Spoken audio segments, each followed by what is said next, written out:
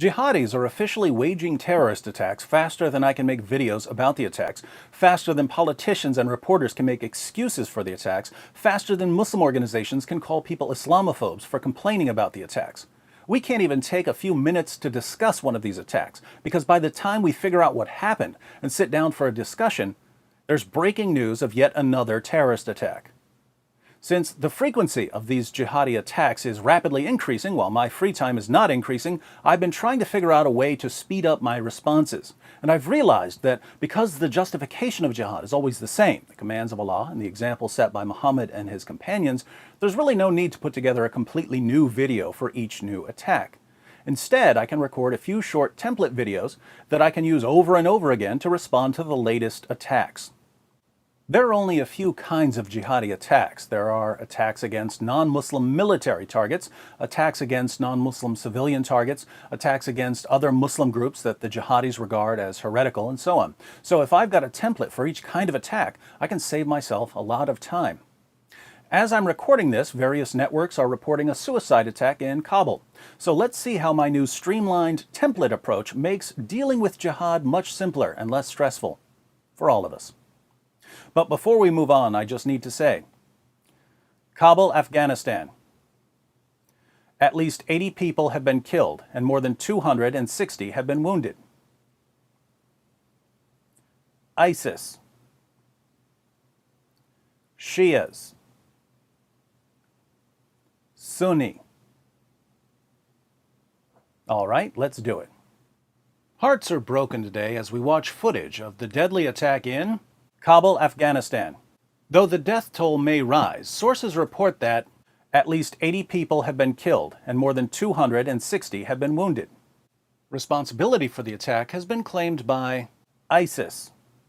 As always, politicians, the media, and Muslim organizations are trying to shame us into silence by insisting that this attack in Kabul, Afghanistan had nothing to do with Islam because most of the victims were Muslims.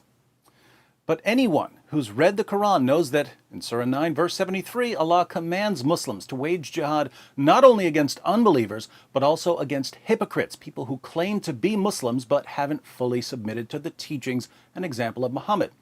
Now, did the Muslims who launched the terrorist attack in Kabul, Afghanistan, target Muslims they regard as faithful, devout, obedient Muslims? No, they targeted Shias, whom they regard as hypocrites. Since the Quran commands Muslims to wage jihad against hypocrites, the only way to claim that Sunni attacks against Shias have nothing to do with Islam would be to claim that there's no connection whatsoever between what Muhammad did in 7th century Arabia and what Muslims do today. And this is an obviously absurd claim. Muslims pray 5 times a day. Why?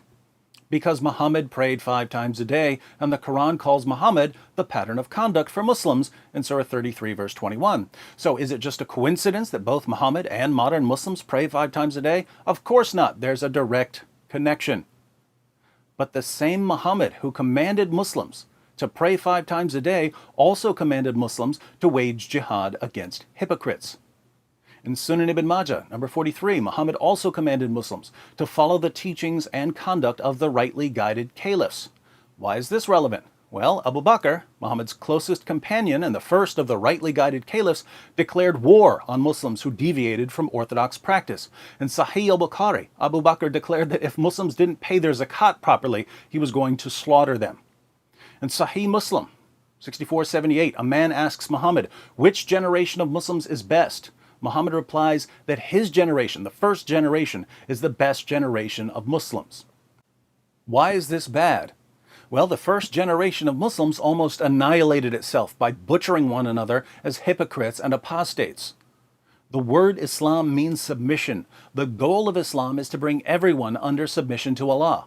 In the 7th century, Muhammad conquered Arabia in the name of Islam, and like a self-help guru sharing his 7 keys to success, Muhammad explained his key to victory so that future generations of Muslims would know how they too could be victorious. Muhammad proclaimed, "I have been made victorious with terror."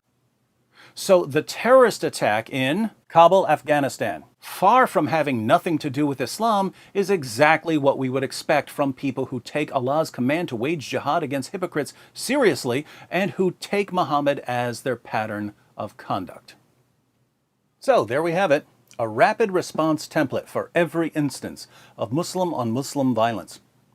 Seems kind of insensitive and callous of me to prepare responses to mass casualties ahead of time, but I figured if Westerners really cared about all the people who are being slaughtered in the name of Allah, we'd probably be trying to protect them by challenging the ideology that calls for their deaths, instead of protecting and promoting the ideology that calls for their deaths, not to mention our deaths. Until we start to care, I guess I'll stick with heartless templates, so that at least I can keep up with the jihadis.